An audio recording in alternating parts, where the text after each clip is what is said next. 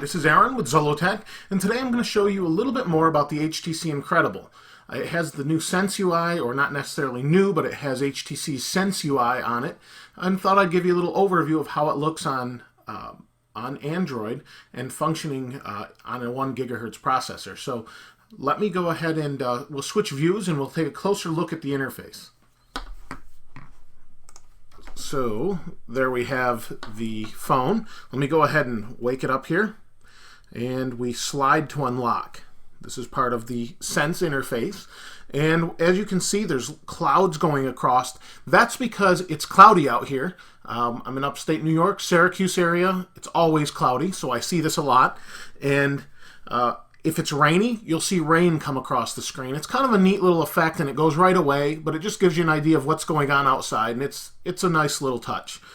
So here you see the main Sense UI. You have their clock. That's an HTC clock. You can change it, remove it. It's fully customizable, but does look pretty nice. You can move your icons around just like any other Android phone. If I touch here, I can drag. If I touch and hold, I can drag and remove it. And I can do that with anything. And here is the drawer. And this is the drawer for the different applications that you may have on here. If you wanted to move this to another screen, I can simply hold here. We've got 7 screens on Sense UI, or on this particular version. I can drop it here.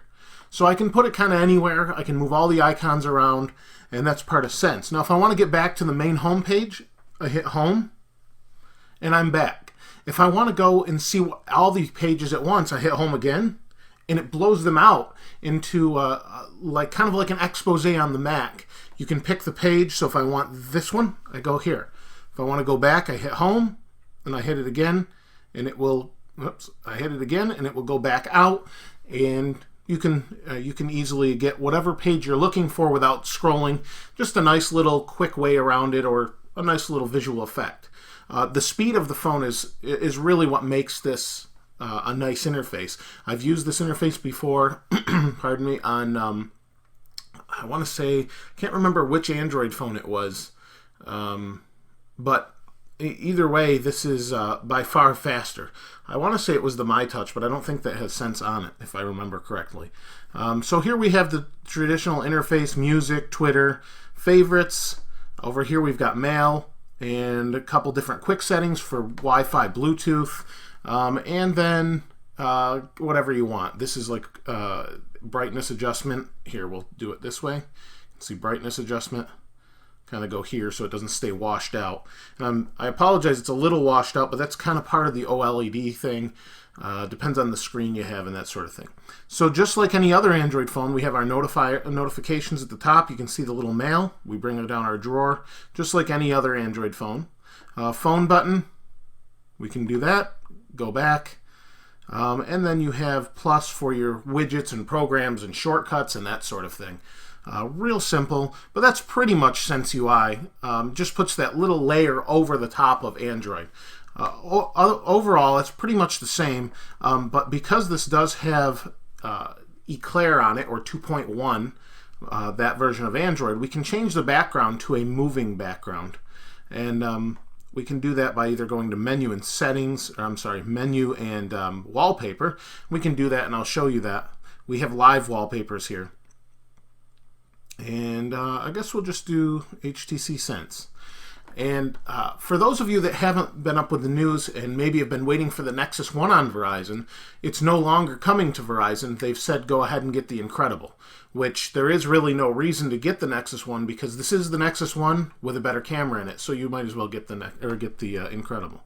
So we'll set that as a wallpaper, and as you can see in the background, it's kind of moving around a little bit. I don't know how well you can see that, but if you follow this little orange ball down here, you can kind of see it move around.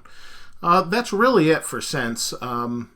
There's really not a whole lot more other than some different screens. This is your typical program screen, and then you have some different things as far as the way you can do. There's different HTC widgets and stuff, and I guess we could take a quick look at that. There's some music. There's a specific music Android HTC Sense widget. There's a specific mail widget. There's a couple different things like photo frames and that sort of thing. But overall, it's Android with a nice UI on top of it, and it just makes it that much nicer to use. It's just not the bland Android you see everywhere else. It does have the speak to search part, where you see that on the Android 2.1 Eclair. You can kind of say whatever you want and it will find it. But really, there's not a whole lot more. There is that keyboard. Let me see if I can bring that back up. That is HTC's own keyboard. It's very quick and very responsive.